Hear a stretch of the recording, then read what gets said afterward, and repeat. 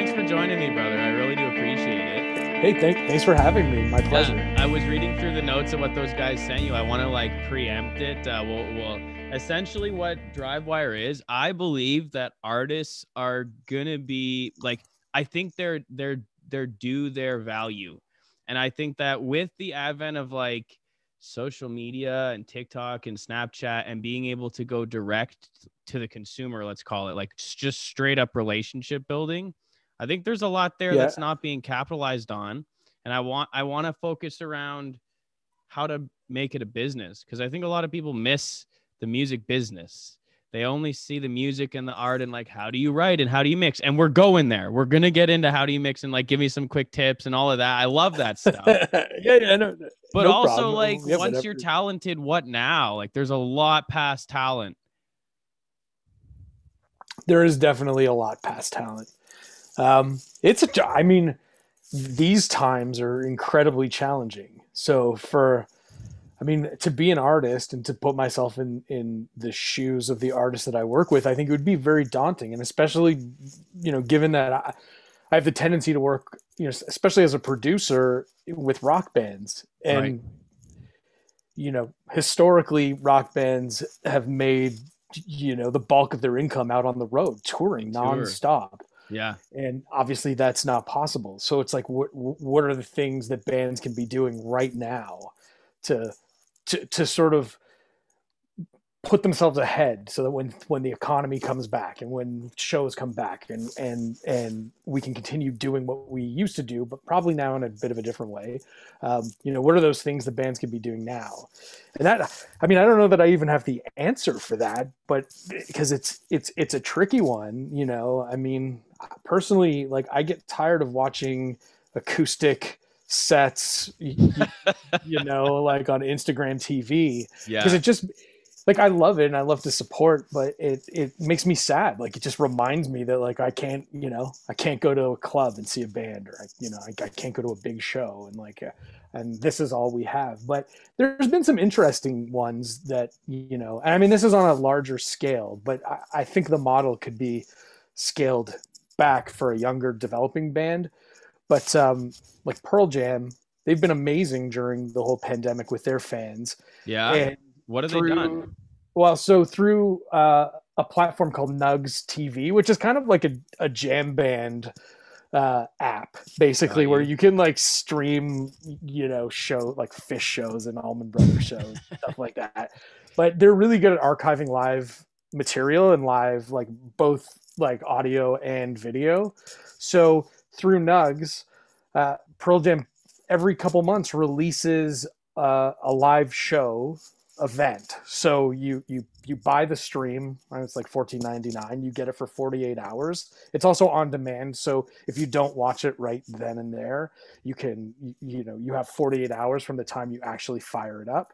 And professionally shot, they've had the audio remixed by their mix engineer. And honestly, like I was curious at the start of the pandemic and bought one, and it was amazing. It was like, because they were obviously using the video cameras that, that they were probably using in the venue so it was like, you were like on you were on the stage with the band. It felt really cool. And it was good. And I mean, for Pearl Jam, they donated a chunk of the money to charity, so that was cool. But I think things like that, it was exciting and it was engaging, and I think it would engage their audience and keep them engaged. A lot of bands are kind of disappearing. Like, I'm not seeing a lot of social media activity, and in a time where like you kind of can't afford to disappear. Yeah, because as soon as you come back, it's like you're burning the forest down right now. And then when you come back, there's not very many trees left, right? But the trees that do, they get all the nutrients from the other trees. They win more. So maybe we're on the precipice of a few like super bands being back in, because they're the only few who stayed through this whole insanity. I think so. And the other thing that I've been trying to like, tell to some of the bands that I've been working with, that I think there's going to be this like in between time where shows will be allowed again, whenever we get our vaccines, but international touring won't be allowed. So there's going to be this, however long it is, 6 months, where, you're not going to have any competition from US or European bands coming to Canada to play, but you're going to have this audience that like hasn't seen a show in a year and a half and is going to be like rabid for live music. And so there's all these opportunities for like these big festivals of just Canadian bands, and they're going to need to fill some of those slots with developing acts. That's what I think. I mean, that's really interesting. That's really interesting, because I think you're right. And people, I listen to a lot of talk on the economy because I'm a nerd, and some people are saying like, look, like when restaurants open up, people aren't going to want to like go back in to the restaurant. But I think it's going to be the opposite for stuff like shows and entertainment. I think people are, like you said, are just going to they're going to pile in at a rate, and the prices are going to go up and everything, because it's just going to be in such high demand as soon as it's available. I agree. I think, as long as it's safe, like I think it's going to require a lot of us to have vaccines before we, are allowed to gather like that. But hopefully, we'll see it this year at some point. That'd be really nice. So I miss it. Go ahead. Oh, I just said I miss it. I totally miss it. Me too, man. Like I remember, there's nothing like standing in for me, music is very emotional. Like I play guitar, I play bass, like I sing, but not at the level I play guitar at. But like when I'm standing and watching, a band who I really love, like there's a few even on your docket, like Our Lady Peace, the Trews, like I've seen and I love it. And like I connect with it, and I'm just like, man, that like it hits you with such emotion, and like even a tear, or like you get this like connection to the vibe going on. It's different from listening to in your, your headphones. It's way different, and you can feel the bass and the music and the volume. And then the people around you who are like, dude, are you seeing this? This is great. Like that combined with and it's around you, man. I miss it too, man. I really do. Like I used, I work a lot of hours. I'm around music all the time. It's a lot of times it takes me going to a show to remind myself like why I do what I do, and like to kind of like rebuild the passion a little bit. It sounds weird, but it does. And like not having that outlet for this, like, almost a year now is like, it's very difficult. It's like, gotta try to find inspiration from other Absolutely. places. And you know what? I completely resonate with that on a level that I might not even go to on the show. But when I was in music school, like kind of some of the luster of music gets taken away if you're deep into it and you don't take your head out to just enjoy the music. Right. Yeah. I remember after I made the decision to leave music school, I sat on my bed and I just like listened to music and I realized, dude, this is the first time in like a year and a half that I've actually just listened to music. Like the whole reason I went to this school in the first place was somehow lost in all of the notes and everything, and the mixing and this project and that project. And then I'm like, forget this. I don't want to do that. And I just listened to music, and I like my body was happy and I was smiling and I was laughing. And I was like, man, it's so weird that like you break up with the music institution and you just listen and the connection comes back. Oh yeah. It's crazy. I have an old friend of mine who was an A&R guy at Universal who signed a band that I was like helping to develop. So we became very close during that time. And he, as the industry kind of took a turn mid 2000s, he just didn't like want to do it anymore. He got out. And I remember he's now like, he's now doing exactly what he's always wanted to do, which is amazing. And so I messaged him, and, when he first got out, and I said, like, how long did it take you to be able to listen to music as a fan again?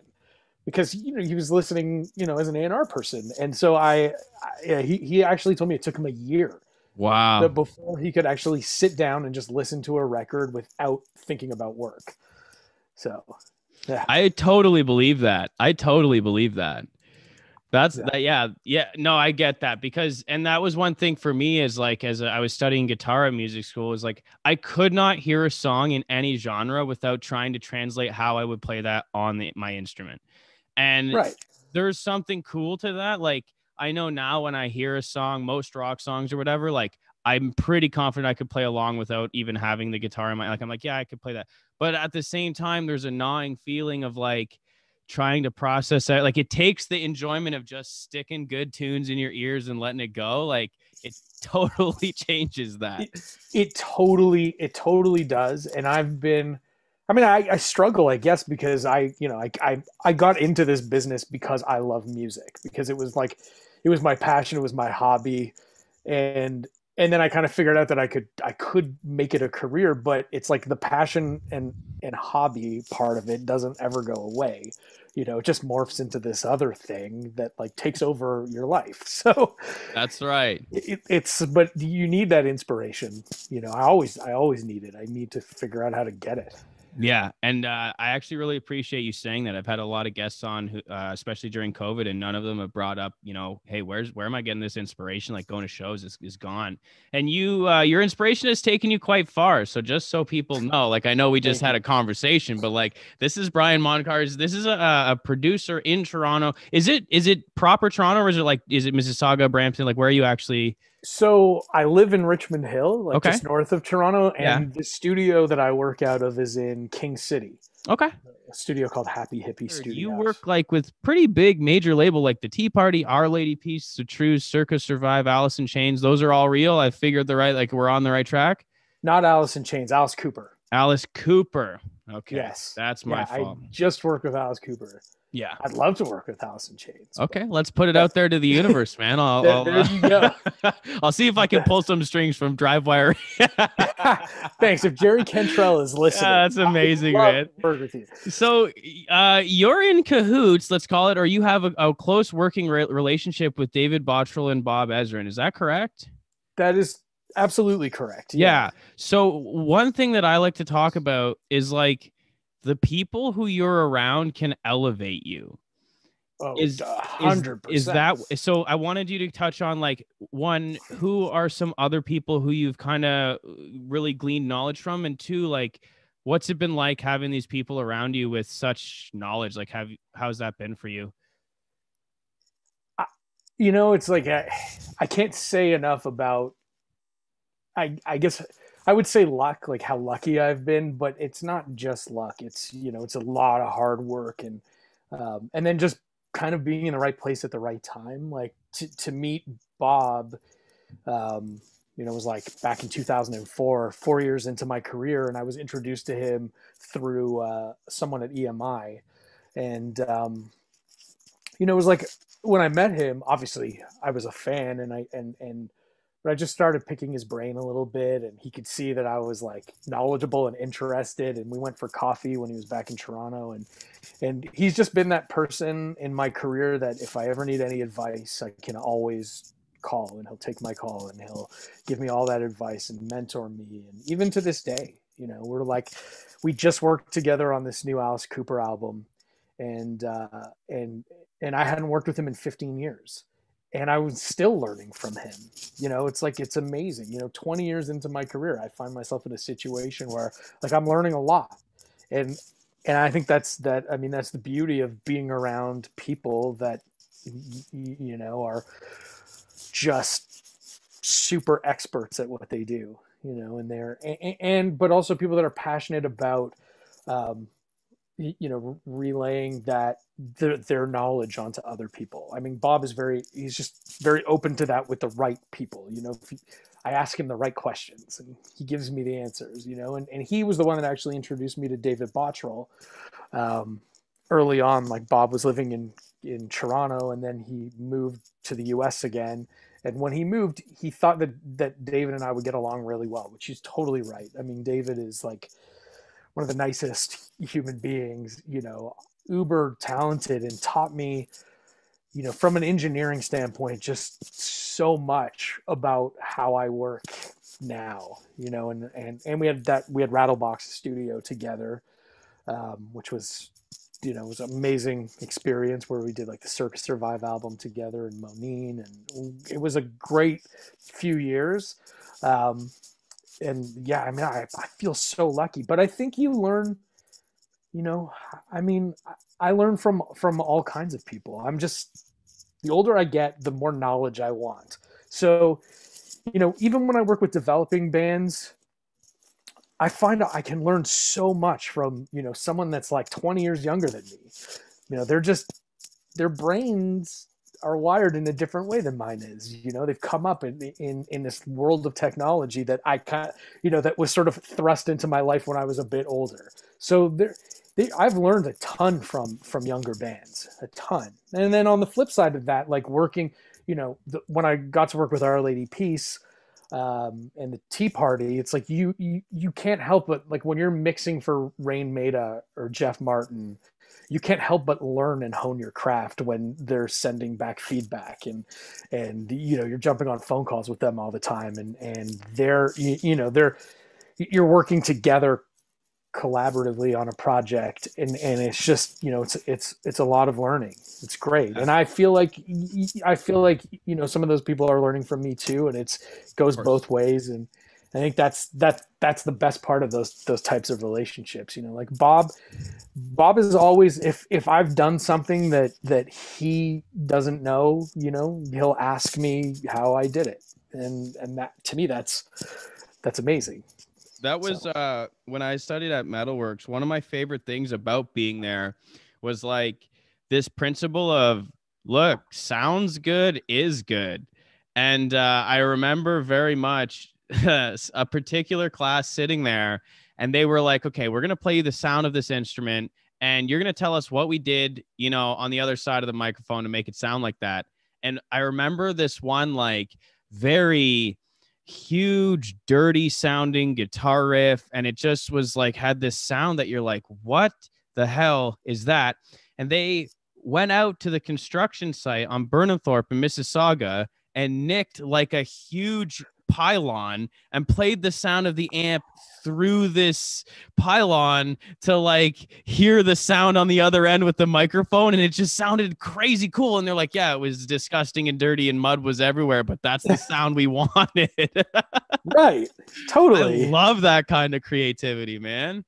Me as well. Very much so. Do you have any crazy stories of like weird stuff you've done to get a sound? Oh, yeah, I mean, I can think back. You don't have to name names if it's compromising. No, it's not at all. But the craziest, I think, like, the most adventurous was, I can't remember, it was like 2004 or 2005. I was working with a band from Brampton called The Junction.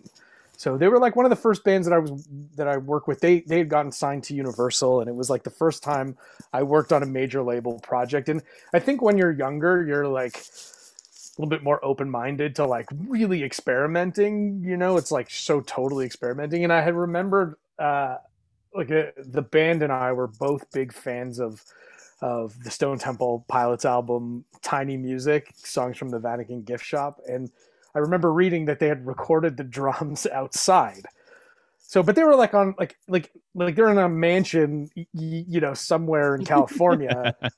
And I had a studio in the basement of a building on Jarvis in Toronto, like right in downtown.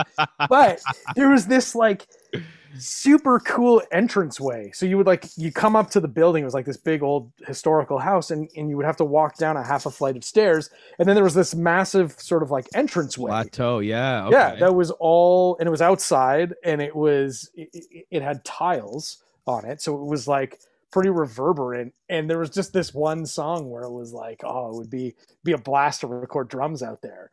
And so we moved all the drums out, ran a snake, mic'd it all up.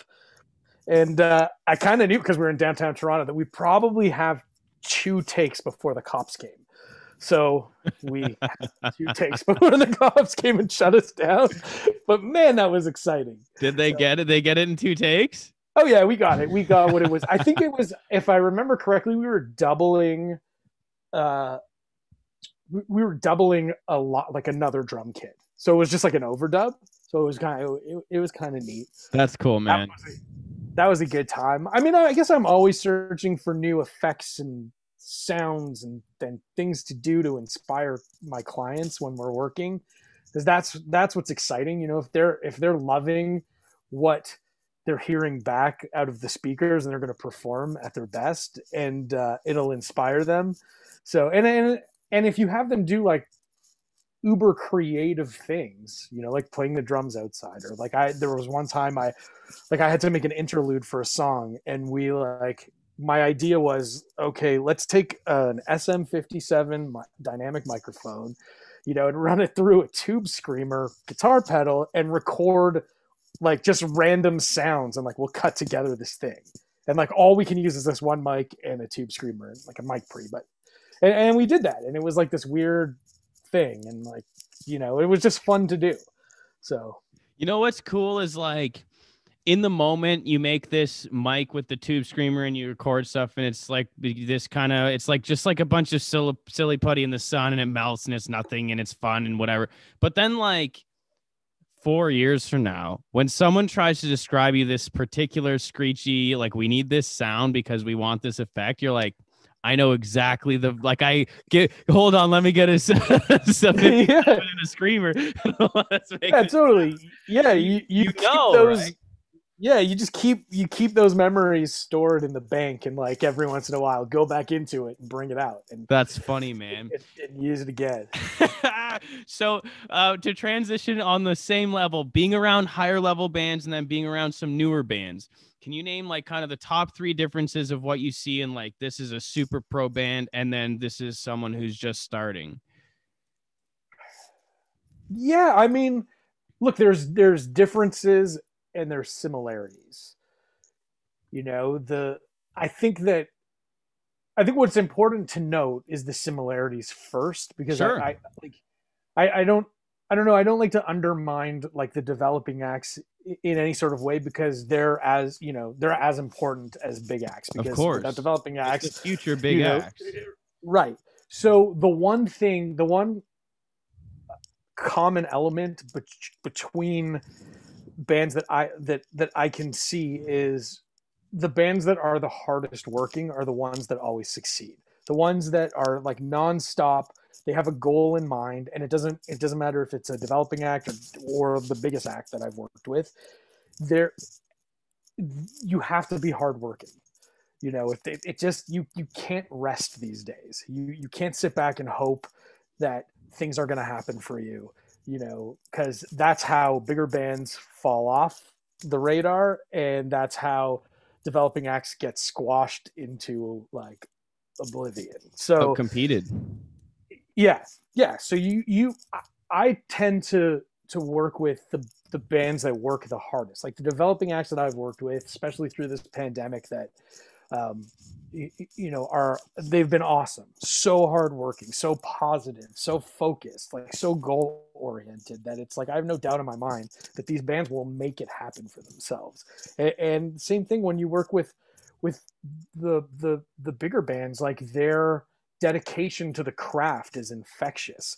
So just to see how much time and energy they put into their recordings, and to to the mixes and the mix revisions and the master, and like just to the point where it's in their minds it's just so right.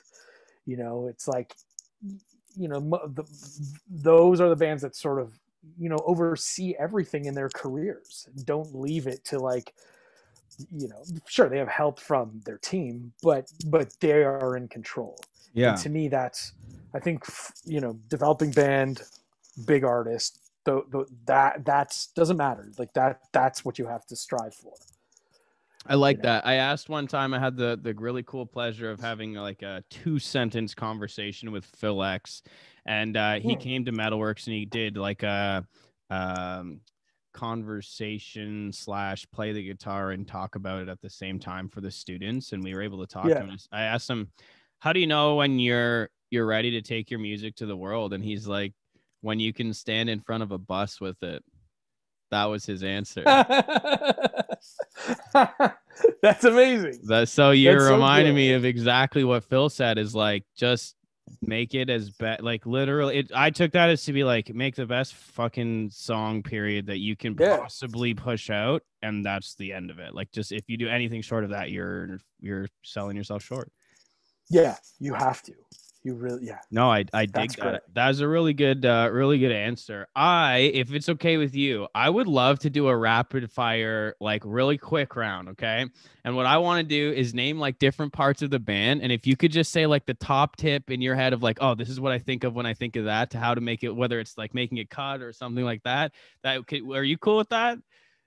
Yeah. I'm like pretty long-winded, so No rapid fire problem. freaks me out, but go for it. Okay. Well, listen, it'll be rapid fire for me and as long as you want for you. Gotcha. I like that. Okay. Let's start with vocals. How do you deal with vocals in your mix? How do I deal with vocals in my mix? Distortion. Like I'm a huge fan of distorted slapbacky vocals. I love that. Kind of like Hold Me by the Trews, like hold me. Like yeah, with like loud like and grit. I like yes. grit. I like Okay. vocals to be. I like them to sound old school. Like I take some inspiration from listening to old Little Richard records where like his vocal is so distorted. Like they're obviously just crushing the mic preamp like tubes, and it's just so nice sounding. Like I love sounds like that. So that's what I go after when I okay. So in working on specifics, vocals. you're pushing the preamps hard. What are you doing for the EQs? Like I don't want to get too technical, give away all your like, but how do you actually make that happen? I think it'll vary on the vocalist. You know, there's no set. You know, I've got EQs that I like to use, like a Neve 1073 is probably my favorite vocal style of EQ. Yeah, Neve, eh? Yeah, it's really just I like it. It's warm. The EQ works really well. It's very musical. You know, I dig that. You know, and then there's compressors that I like to use. You know, like usually I'll use two. I'll have an 1176 style compressor and an LA2A limiter, you know, that are kind of working in conjunction with each other, you know, when I'm mixing a vocal, and it helps it just stay in the forefront of your mix. I love that. Because yeah. as much as I hate to say this as a guitarist, the vocals are the most important part. The vocals are the most important part. And I think the most challenging thing in rock music is getting the vocals to sit so it's not super overpowering like a pop mix, so that the band still has the right energy, but it's loud enough that it's not like buried in the mix. That's probably the biggest challenge for me is like finding that, because I would probably tend to, you know, make sure the band was as powerful as they could be, and in doing so bring the vocal down a bit. But, you know, I know that everybody connects with lyrics and melody. I mean, that's like 90% of what people connect with in music is lyrics and melody. So if you can't hear the lyrics, you can't sing along to the melody, then you're kind of dead in the water. That's it. All right, let's go to guitars and bass. How do you deal with that? Guitars and bass. Well, guitars, that's easy now. Because there's a device that came out by Universal Audio called the Universal Audio aux amp box, which I don't know if you've heard of it. Check it out after this. It's basically a cabinet simulator. Cool. So you plug heads into it, and then it connects via Wi-Fi to an external device like an iPad or your laptop, and then you can control all the settings within it, you know, with software. And the cab simulators are unbelievable. You can choose the microphones you're using. So how do you stop it from getting too technical? Because if you have like the option to do like a Tweed or a Marshall or this or that, and then I bet you can also move the microphone on the speaker too. Like there's so many options with the microphone, with the speaker, with the where it sits on the cone. Yeah, I guess it's no different than if I was working with cabinets in the studio, because we'd, you know, the way I used to record before the aux, I would set up 4 or 5 amps, mic them all up, and then sort of pick and choose which ones I wanted to use depending on the guitar part, you know, and then we'd have to like move the mics around. And I actually find that although at first it was daunting looking at all the settings in the aux, once I used it on the first session, it was super intuitive and actually sped up the process for me. And now I just save my presets. So it's like, if I know in my mind I need that tweed sound with, a ribbon mic and a U67, then I can just fire that up. That's number two. Yeah. I got there you. It is. And it's, works. I mean, it works with heads. It works with combos that you can disconnect speakers. And it's made tracking guitars so much fun. So I honestly believe that it's probably one of the coolest guitar inventions to come out in like 20 years. Yeah. It's a game changer for I'll me. Have to check it out. You can't, believe me, I've been doing this for 20 years. I can't tell the difference when I use it versus like a real. Well, because you are using the real tube amps. It's like you're using whatever amp you want. You're using those amps, and it's just simulating the cabs. But I've used other cab simulators, and I've always kind of felt like it was lacking something. And I would always be I was always the person that's like into vintage amps, and like I love all that stuff, and I think I always believe that there's something involved with the physics analog. Of right, and putting a microphone in front of a speaker and moving air, and like somehow they figured out in this particular box how to capture that. All right, well, listen, if it's at your standard, it's at mine too. Are you still there? You're frozen a bit. Uh-oh. And it really sounds good. Awesome. Check it out. Oh, I'm here. There we go. I'm back. Okay. That was weird. Can you? Yeah, did I pause too for you? Yeah, you did. Totally. Okay. You paused as well. And then I was just like listening, and I got all of the last like couple sentences all at the same time. Oh yeah. Zoom buffering. But you know what? I will check that out. That actually sounds really awesome. I appreciate you telling me that.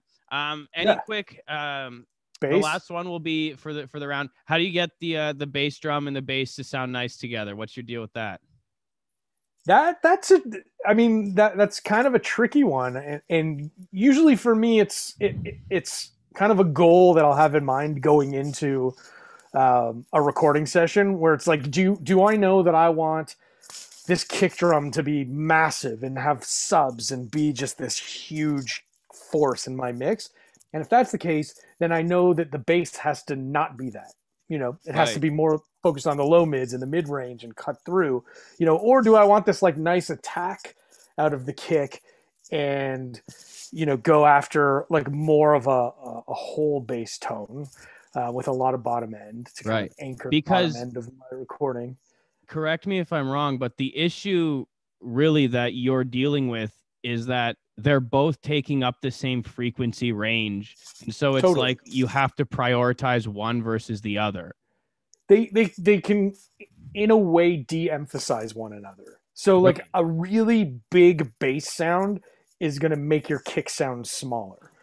So for me, I try to figure out what I want to do. But then there are ways, like I do a lot of subtractive EQ, meaning like taking some frequencies away. So like I'll make the kick have a lot of like 60 hertz, but then maybe dip at like 220, and then those are the frequencies in the bass that I might emphasize, so that they can kind of work together and have some come down and have some come up, like right on top of it. Right. So then that way they play nicely together. And but the other thing too is arrangement. A lot of that has to do with like, great arrangement. Like if when you work with a great bassist and drummer playing together, the way that the bass player can follow the kick pattern, takes care of a lot of those issues. It's not just a mixing thing. It can totally be in the arrangement. A lot of times when I'm struggling on a mix where it's like I'm fighting with these things, I'll take a look at it, and then I'll know that like it's not just technical. It's like some of the creative, like there just might be too much low end information all the time. There's not enough space in the parts. So, those are things to consider. Yeah, that was really well said, man. And I appreciate that. And that was one of the things that I remember hearing from a guy named Alf at Metalworks was. Oh, I know Alf. Do you? He's of course, good guy. Yeah. I like him a lot. He's a very good guy. Yeah.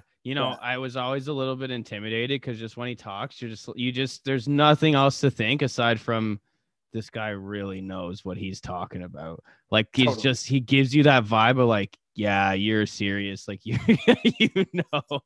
He does know what he's talking about, and he's a good guy. I think it was him who told us that if you want your snare to like come straight through, you basically drop the mids as low as possible and you boost like the highs and the lows of the snare, and it leaves like a pocket where the voice can sit on some. I don't know if that was exactly what he was getting at, but he said that, and I was like, man, it really opened my eyes to like, okay, that's how these guys are like layering in frequencies, and I'm not even thinking like that, you know?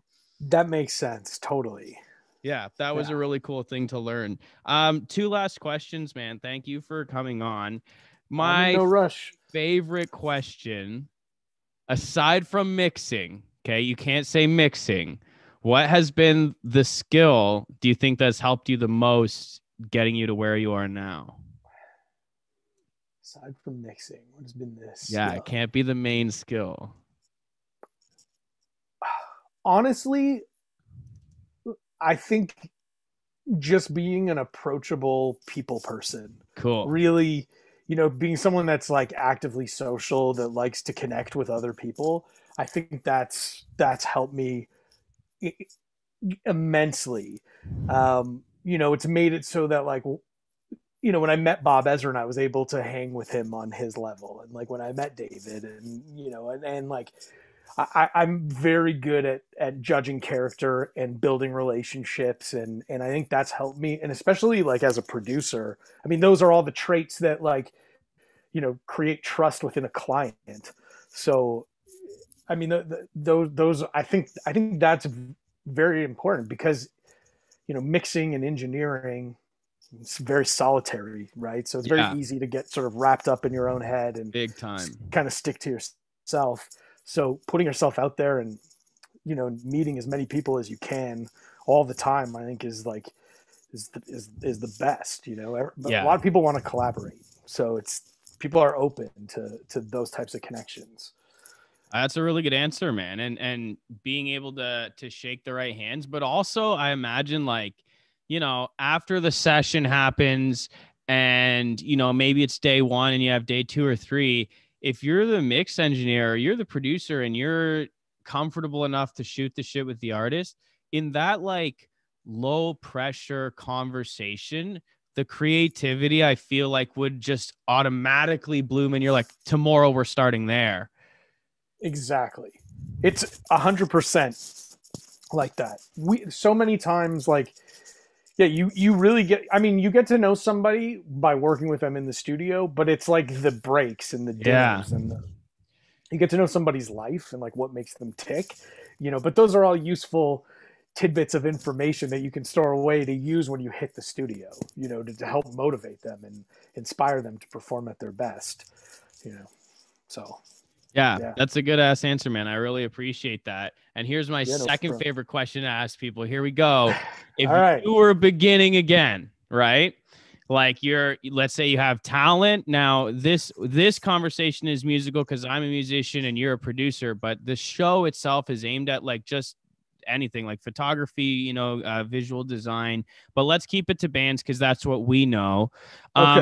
If you were starting again and you were talented, because I can't give them talent, they have to have talent on their own, what would you do to build your career? Like, what would the first steps you would take now? You're like, all right, I'm ready to mobilize. Let's go. What do you do? Oh man, that's a really challenging question because like to do it again, you know, I mean, I came up in like I started in 2000.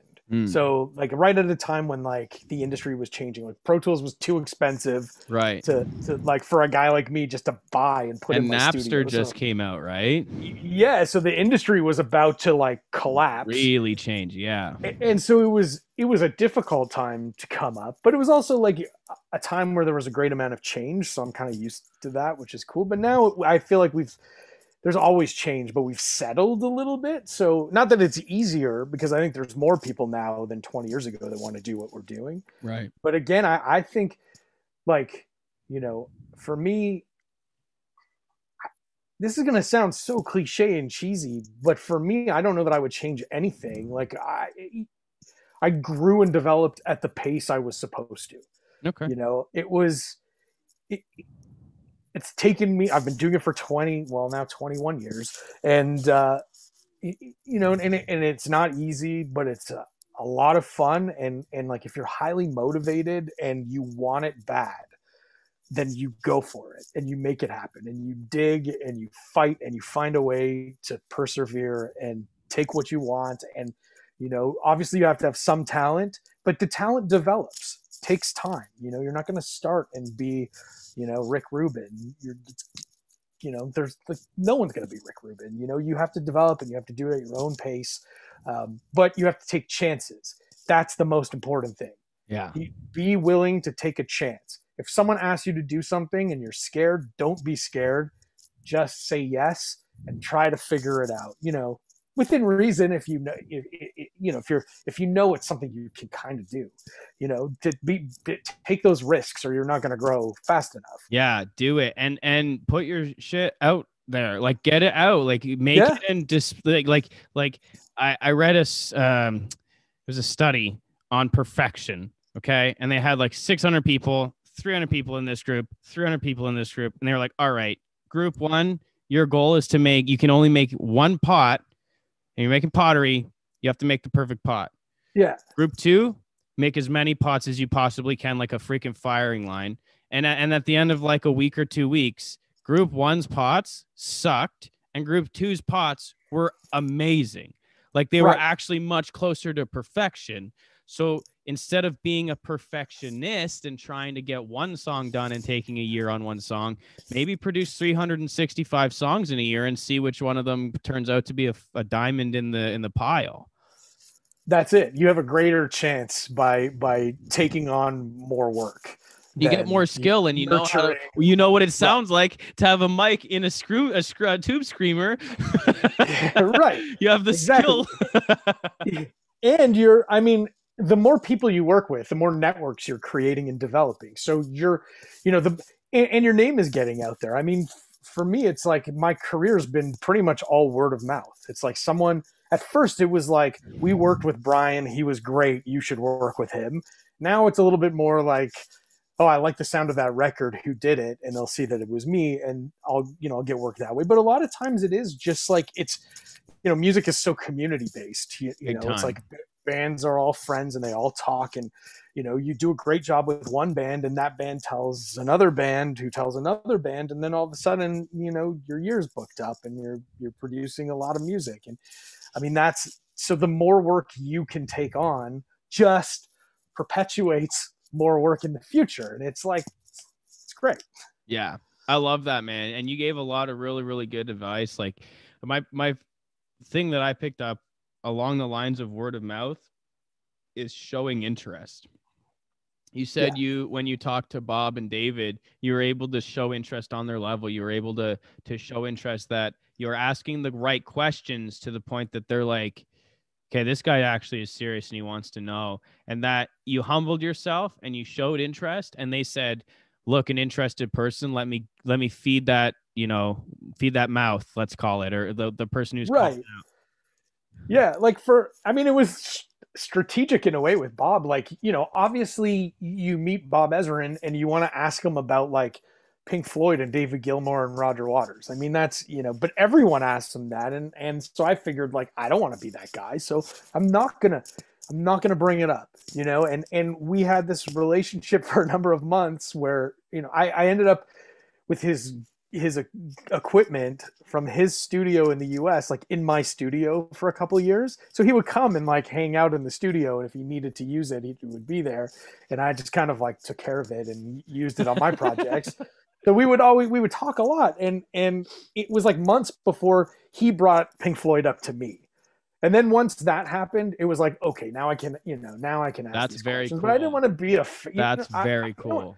I don't want to be a fanboy, I want to, like, I've always, I think if you treat yourself like you're on the level of these people, so, so that I think if you think of yourself, like that, and, it's just two people hanging out, one person has a crazy career and the other person is developing that career, but if you treat it with respect, then I think, those relationships can grow in good ways. And then eventually, the person that's mentoring you kind of thinks of you on their level, because you haven't given them any reason not to.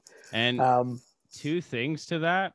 One is like, when they bring it up to you, the answer you're going to get at that time to your Pink Floyd question is going to be so much more accurate and thought out and cared about and real than the person who's just like, yo, can you tell me about, right?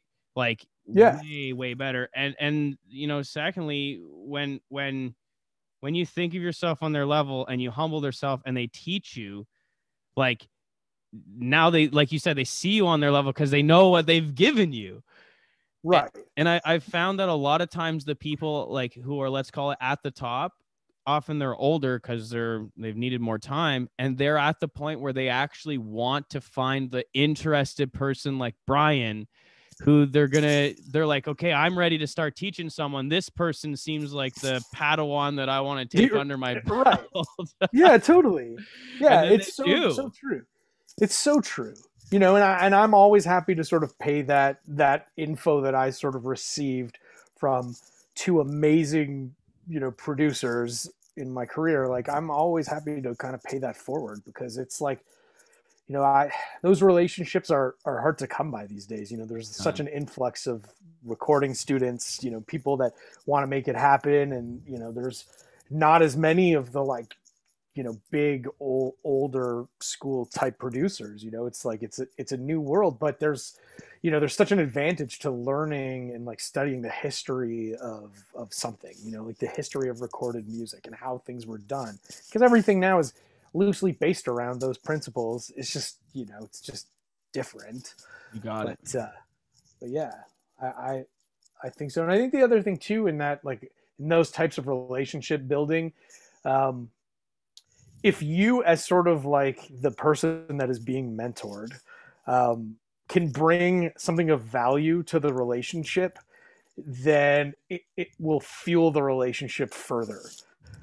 So like, to use the Bob example, it was, Bob had moved to the US and was moving back to Toronto, and he was interested to find out sort of like what the lay of the land was in terms of the Canadian music industry, because he had been gone for a while, and I was like up and coming, doing a project for Universal, so I was kind of, I had a lot of info to share. Help him back. So it was like a two-way exchange of information, that luckily for me turned out to be a lifelong friendship. So I think that's important, looking back. And I don't know that I was like conscious of making that happen. I think maybe it was just my personality is like that, but looking back at it, it's like that, I think, is what sort of made it so that, Bob would pick up the phone and still call me. You got it. So. Well, listen, man, thank you so much for joining us here. I learned a ton from you. Hopefully this was cool for you as well. We will let you know awesome. As soon as this gets out. Good luck on everything, man. Thank you so much for paying attention and letting us interview you. Congratulations on the accolades, man. I didn't want to be a fanboy either, but those are some of my favorite bands that you've dealt with. So I think it's pretty cool that you've done that. I really appreciate that. Listen, as soon as this is over, we'll crack a beer in studio, and I'd love to have a conversation in person. Let's do it. I'm always good. Thank you, man. I appreciate that. Have a good one. All right, brother. All right. Take care. You too.